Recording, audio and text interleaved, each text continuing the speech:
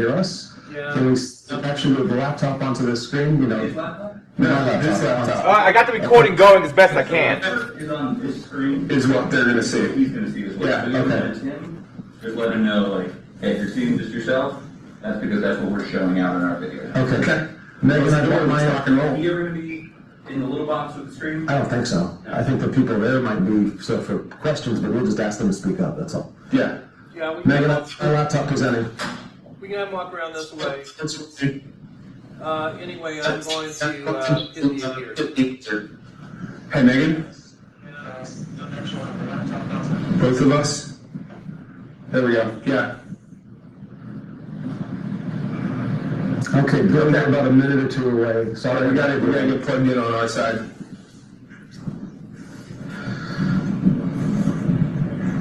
This is cool. I like this. Yeah.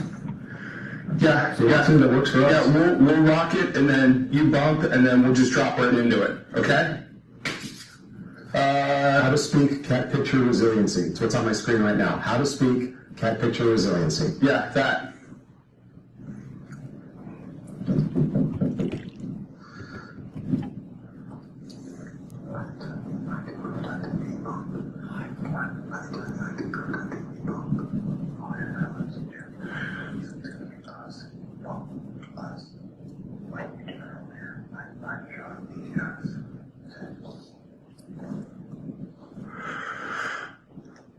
Hello, Adrian, you still there? We're still here. Yes. Oh, crap. We're Can we here. move? Okay, good. Are you guys? Are we what? Are you all set up for us to get going? Yeah. Okay. I think we're about ready. Megan's just Waiting for that, Megan? Yep. It's weird speaking from a TV studio. This is so cool. I can't see your whole slide though, Josh.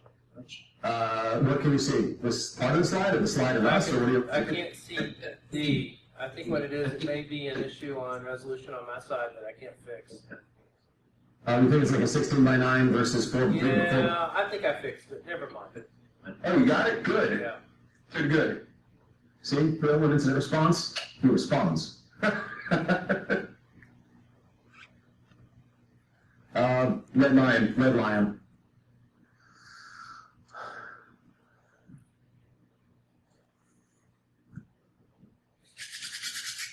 I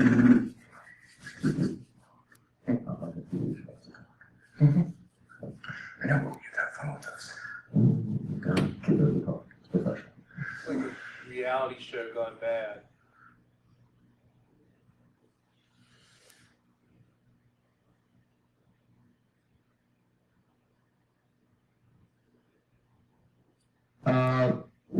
If you can keep an eye on it and tell us if people are raising their hand or anything like that, that'd be great. How's that sound? Yeah, so just raise your hand so that we can see it. Oh, she can talk to us. Well, I know she can, but at the same time, we're going to be... Go ahead. Sounds good. All right, Megan. So, Megan, they're ready on their end. We're ready on our end. Yes? Okay.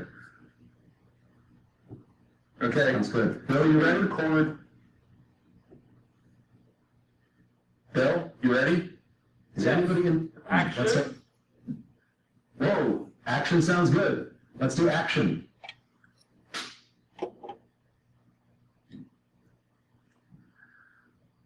Megan, you let us know when you're ready. Okay. Okay. This is only going on for 5 minutes. Welcome to IT Pro TV. I'm your host, Bob. Live from San Francisco. You're watching IT Pro TV. Hi, folks. We are so happy to be presenting for you guys. My name is Scott Lyons. We're going to go a little bit into bio here very shortly, but I'm Scott. This is Josh Marquette. Pleasure. And today we're speaking about how to speak cat picture resiliency. Okay? And to do so, you need to know about how to make business case for proactive incident response. So first things first, let's go over who we are. So, I'm Josh Marquette. I'm the CEO of Red Lion. I've been around the block more than once. You've probably seen me at a conference now and again. I'm the InfoSec megaphone. I am a member of CEO organizations Mission Link and Mindshare. I run Security B-Sides Delaware along with my wife. Occasionally I sleep. and I get to do a lot of stuff. And I am Scott Lyons. I am the CEO of Red Lion. I'm a graduate of the School of Business of Hard Knocks. I've worked all over the industry, from commercial to government. I've been involved in multiple conferences, from ShmooCon to DEF CON to B-Sides Vegas, B-Sides Baltimore, now B-Sides Delaware, which is your conference, coincidentally. Yes, it is. Right? I hold a bunch of certifications. I'm not going to say just which ones, but what I really love and what drives me are people, business, and technology. So before we go any farther, I just want to go over really quick that we are presenting remotely due to the courtesy of ITPro.tv. And we thanks Bill Gardner and Adrian and everybody at AIDE for letting us present remotely. We do appreciate it very much. But since we're in Orlando this week, it's kind of tough to get to West Virginia on the snap of a finger. We are presenting about cat photos. It's important. By God, cat photos are part of the most important part of the internet. God, I love that picture in the lower right-hand corner, because it's just perfect for talking about the agenda. The wet cat, the hairless cat. He picked the photo. I want to be very clear on that. He picked the photo. Oh, it's not that bad. Actually, I apologize. Let me interrupt. One piece of housekeeping. If you have any questions, we can't see you, but Megan, who's our producer, can. Raise your hand, and Megan is watching the Skype screen, and she'll tell us if there's a question, and we'll cut to you. Okay? The screen's not facing anywhere near them. So we're going to talk about cat photo. We're going to talk about incident response. We're going to talk about IR, business cases, how to speak languages and translating them, how to speak fluent businessese, and how to make a point. So let's make a point and get on with it. But first things first, we need to talk about some cat photo data. So in the cat photo, we're gonna wait. There we go. In the cat photo data, we really have to ask why. Why are you so serious about this? Go ahead. The 15%, according to Breitbart, 15% of all internet traffic is cat related. I know, right? Here's a couple of links about more data, right? More data, grumpy cat versus boo dog, right? Cat videos, right? And no presentation would be complete without Nyan Cat.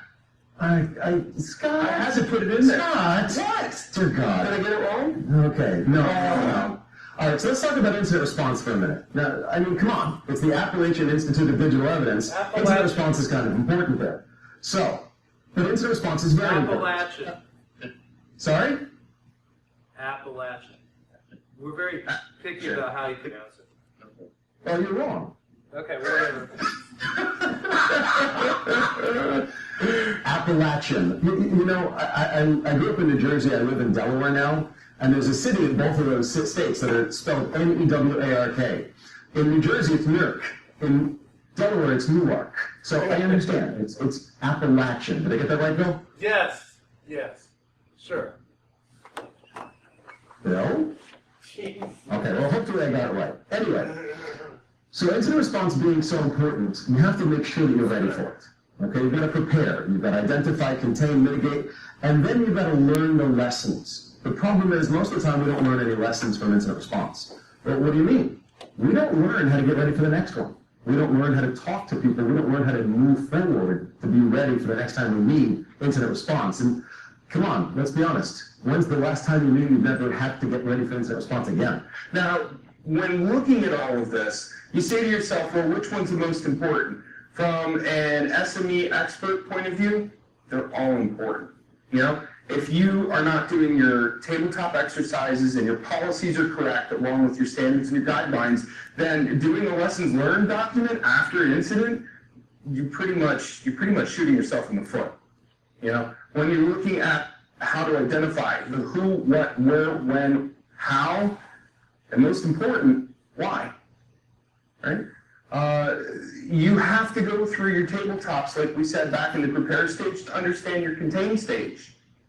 And from there, it's doing the forensic analysis. It's handing off the data, handing off the methods that you're learning and that we're teaching to be able to say to a law enforcement officer, here's what I did, here's how you duplicate it, and here's the result that it should come out with.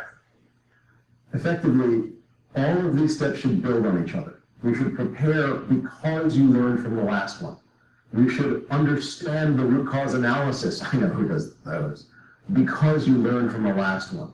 Everything you do should build on the previous step, the previous incident, the case. Okay, that's pretty straightforward. Even if you've never done one before, we can learn how from AIDE, from Bill's teachings, from various books and courses and things that we read on the internet, because nobody ever lies on the internet. Sorry, I had to put that in there.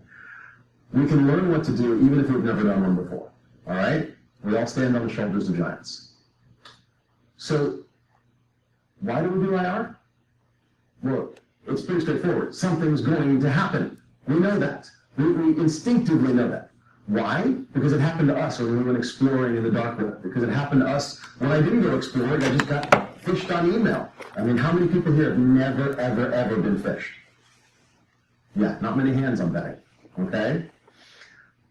But to a business person, is the need as instinctive as it is to a technologist?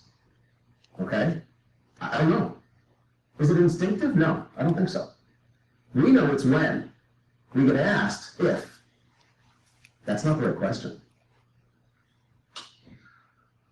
I'm sorry. When talking about IR, the counter business case, like Josh was saying, is when will we get hit, right? You can't answer that.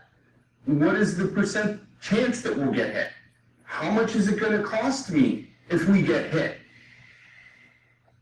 And most importantly, will the preparations, the incident, the remediation, will they stop my ability to see cat photos? Because, like, honestly, these things are killer. cat photos are the most important thing on the internet. Let's be honest here. So if you can't see cat photos, we're done. We're done. Okay.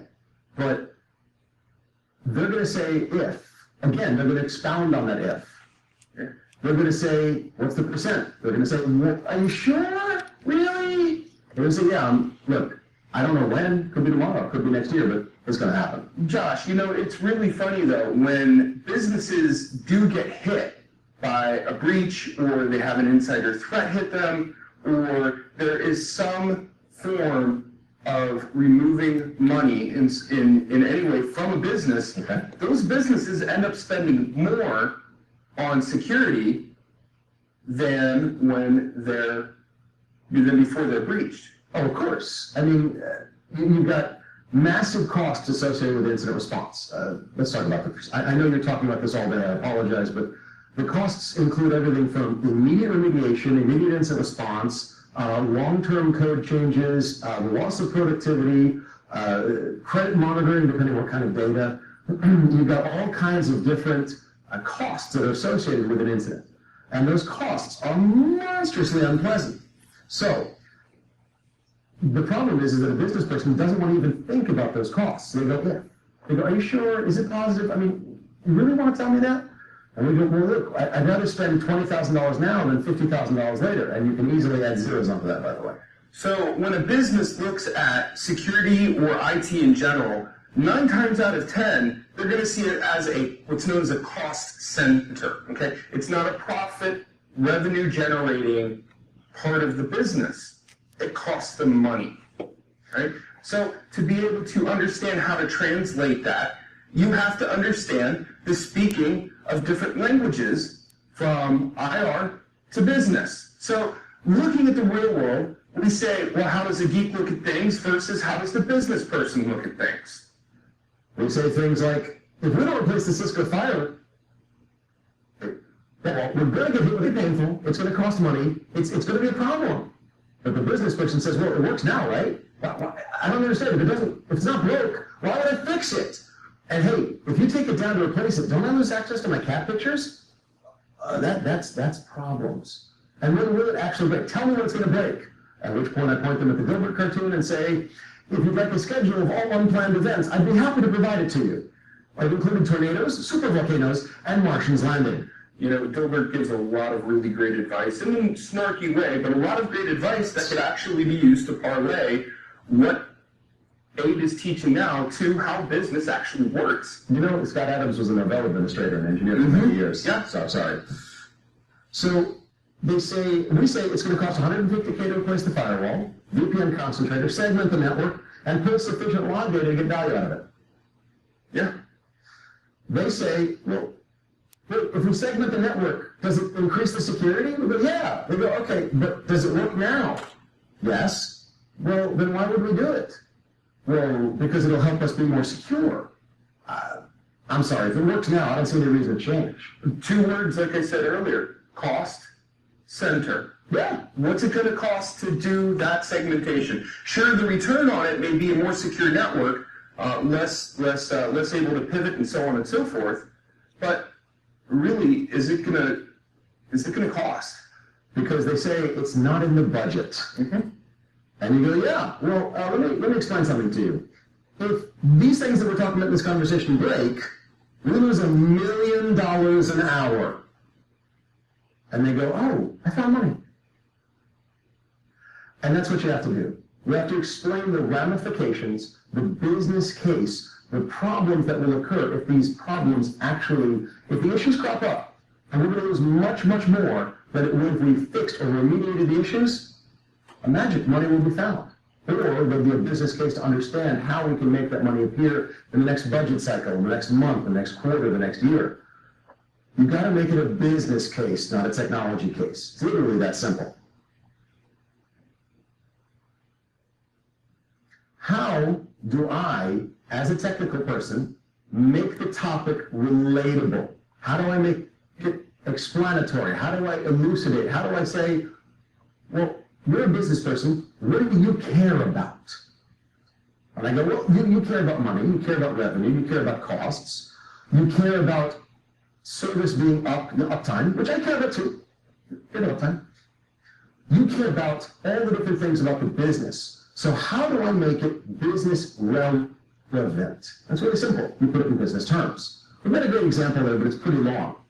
Okay? The example is pretty simple. Instead of going, oh, it's port 80, you go, our website went down. Well, it was a 443 attack. Our certificate doesn't have a good cipher on it. And to take that a step further, it's not just that the website went down, it's that now our online presence and marketing is not being effective, therefore we can't generate new customers, which means new revenue. Right? So learning to speak fluent businessese is really a big part of this. For the technical person, he's going to say, well, simply put, our network is flat, our Active Directory isn't grouped properly, and with the proper separation of duties, right? Well, business person, look at how long the explanations are on the slide. The business explanation and the justification for that one technical resource, okay? And then go look at what the C-level exec would say. Or what you would tell the C-level exec. Yeah, there goes our budget. But if the sales move faster, it will help with our quarterly numbers. And if you can make it relevant as a marketing terminology or a marketing justification, it helps a lot. If you go, hey, we want to increase the security of our customer data, we want to increase the security of our network, and we want to use that as a marketing point to say, we've upped our security, we make your data even safer than ever before. And the marketing department goes, hey, we can use that. Then guess what you turn into from a cost center to a revenue center? You know, we were just down in Orlando presenting at InfoSec World, and that's why we're here. But our presentation was about a very simple concept, and I'm going to kick it to you and let you talk about it. Go ahead, Josh. I have to do this because it is so important that everyone, I don't care who you are, understand this core common concept. Okay, so thank you for putting me on the spot. I do appreciate it. I'm making my point. Always. So we just presented at InfoSec World and in Orlando. It was a great conference, by the way. I really, really recommend it. It's unfortunately it was the same time as AIDE because we'd love to be there in West Virginia. What we talked about was that the technology is only worth 5%. If you go talk to a venture capitalist and you say, hey, what do you care about? They're going to say, I care about the business. I care about the team. I care about their history. I care about their implementation. And what about the technology? This is a direct quote that was said to me by a venture capitalist, a serious guy, who invests billions of dollars. He said, I only care about the technology 5%. I mean, that took me aback, but I understood after a bit. An incredible technology with poor implementation is pretty much worthless. An incredible implementation of a mediocre technology is worth millions to billions of dollars. So the technology that you use, the technology that you discuss, the technology issues that you can bring up, they don't mean much to a business person. They just don't. I mean, they might if you can describe them and elucidate on them in a manner that makes sense to them. if you can explain them in a way that they understand the monetary, the social, the goodwill, the breach impact, the ramifications. But if you can't explain those things in business language, you're not speaking the language they care about or understand. Which brings us to our next topic. And the reason that I wanted you to hear this was because we want to be able to get across how to make your point, right? And in making your point, it's very simple. You explain big things in very clear, small, simple sentences. So why do you need the budget? When do you need the budget? And is it going to interrupt me from hitting my numbers as a business, as a salesperson, as a marketing person, as a C-level exec, this quarter, this half year, right? Exactly. 1 quarter, 2 quarters, annual, whatever, right? By doing this, how can you protect and how can you improve what's going on with the business? How do you ensure that the business moves in the correct direction in a secure manner? And a lot of people have a really hard time being able to make your point. So we've got to ask, why does the business stuff matter? I mean, if the technology works, isn't the business in business? Does it really matter if they understand? Does it really matter if things are, working on the revenue center side? We've got the technology working. Leave us alone. And the answer is no. A business is an organism. Okay, I'm not going to get into the Citizens United deal or whatever like that, but a business is an organism.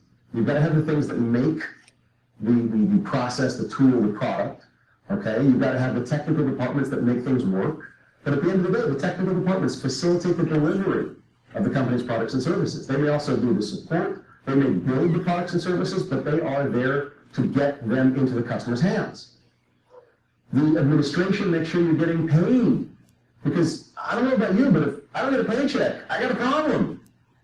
If you don't get a paycheck, aren't you going to leave? I mean, you're not getting paid to be there. Don't leave right now. It's okay. But if you don't get a paycheck, you're walking out of the company. So if you don't get paid, if payroll doesn't work, we've got a problem. All right, sales make sure the customers are coming in. If you don't get customers coming in, you don't get paid, you leave, the facilitation of the delivery of the service and product goes away, and guess what? The company falls apart. The executives balance all these needs. They make sure that the budgets are right, they make sure that everything is good, they make sure that things are working correctly. And you know what you need, but do you know what everybody else needs? The execs have to. In the end, we all need to dance. No, we do not need to dance. Somebody can hit him. It's okay, nobody minds. Look, the executives have to make sure they don't go over budget. If they go over budget, they lose their job. If the company closes down, everybody goes away. Okay? Yep. So they have to balance what you're saying we need to do. We need to spend $150,000 on a VPN concentrator versus if I spend $150,000 and go over budget, and the VC might pull the funding. So can we spend 75 and 75 and a quarter? You go, well, no, it's a box. I got to buy a box. It's $150,000. And they go, well, then you're going to have to wait a quarter. You have to make the case for that VPN concentrator or whatever that will protect your enterprise. Okay, being proactive. This is the whole point of being proactive. You have to make the business case for these things in a way that they'll understand. How about this? Can we guarantee 75 this quarter? I can see if I can get a one pile of it, and then next quarter we'll do the other 75, pay for the whole thing, and then we'll pay for the VPN concentrator, but we'll be protected the whole time. And then get executive. That's, as long as we get it in place, I'm golden with that. And that's the way you do things. Again, you have to make it business relevant. So, in making it business relevant, I hope that we've been able to get the point across to you on how to communicate, how to put it in businessese, right? And how to really show the value behind what you do. More often than not, we as security people have to make the case for what we do. And it sucks. It absolutely sucks having to make the case for your job. Every day, every hour, every whatever. How often you get told, hey, why do you do what you do? Because I don't understand it, Yeah. It's tough. Yeah, it is. So I think what we're going to do now is, Megan, can you throw up the feed from AIDE, please? Is that possible? Hey, you've got a Yeah. ceiling item. We can't turn the laptop easily because we don't have much And then room. you want to come to us too in the lower? So if anybody there at AIDE can turn the camera slightly. Well, we have very short cables. We have the issue of having very short cables. So Angle the screen. Okay, we can see a screen. see the shit all in the way. So is there any questions, comments, good jokes, talk? I'm afraid of disconnected. Yeah, that's not much you're going to see from us. That's fine. That's fine. Then you don't have to do a little relay if you don't mind. But anybody have any comments or questions? Or you can just come up here and ask them. Sure. That'd be the easiest thing to do, yes. Bueller, it's copyrighted. Never mind. Sorry. Anyone? Okay, so let me ask you a question. How many people there are actually responsible for incident response? I see 2 in the room right now. Okay. Anyone else? How hard is it for you to get funding done for your company if you don't put it in a business case? Very hard.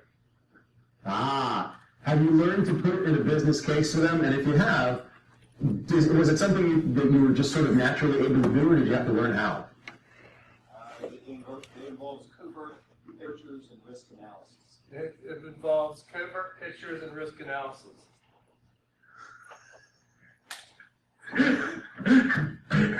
Okay, well said, well done. You know, our whole point is that incident response and risk analysis are very, very well tied together. You're absolutely correct. If you can tie them together and put a business case in place, you can do something that actually will protect you a significant amount more. Of course, then you run into the next problem, but it can go into that, which is if you protect somebody against an attack that never actually happens or gets aborted before it even starts, do they still value what you do? Or do they need to see the whole thing come crashing down before they realize, wow, these guys are amazing. We love them if we're going to pay their salaries for the next 5 years. You know, more often than not, it's the latter of the two cases. Yeah. You know, people need this, companies need to suffer a breach to understand how much money they really need to put into it. It's to difficult. mitigate it. And it is such a difficult decision for C-level execs to understand. So, how many of you have comprehensive incident response plans for your enterprises? How many of you? About 400 people will raise their hands. 400 people. Yes.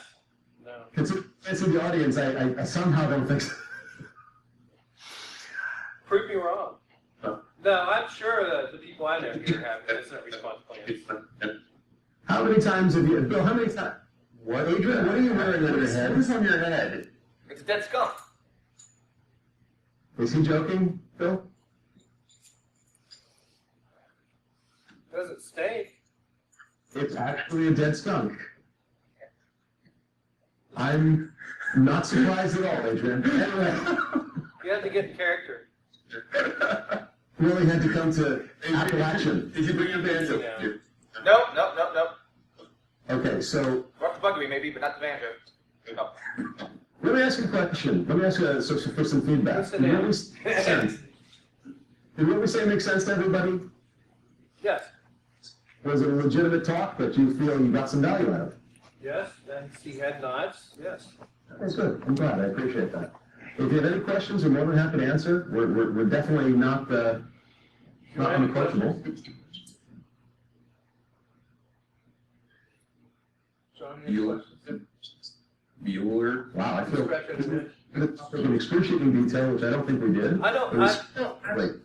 Go ahead. No questions. I appreciate you all talking and taking the time to do this remotely. Next time it's required you have to be here. Here. We will be there next year, not a problem. How's that sound? So the plan. Here with bells on.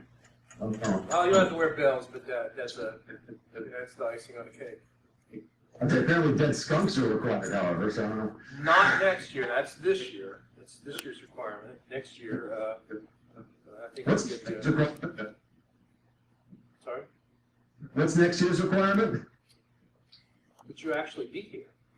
Oh, okay, that's fine. That's a lot easier than a dead skunk. No problem. Hey, thank you for your time. Thank you to AIDE. Thank you. ITPro.tv. Guys, go and check them out. Go check out what ITPro.tv is doing.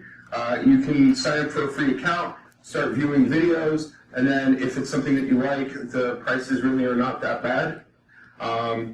And it's great content delivered by very knowledgeable industry level professionals. We're kind of impressed. They let us use their server room as a studio. It's kind of cool. I mean, you can sort of see it.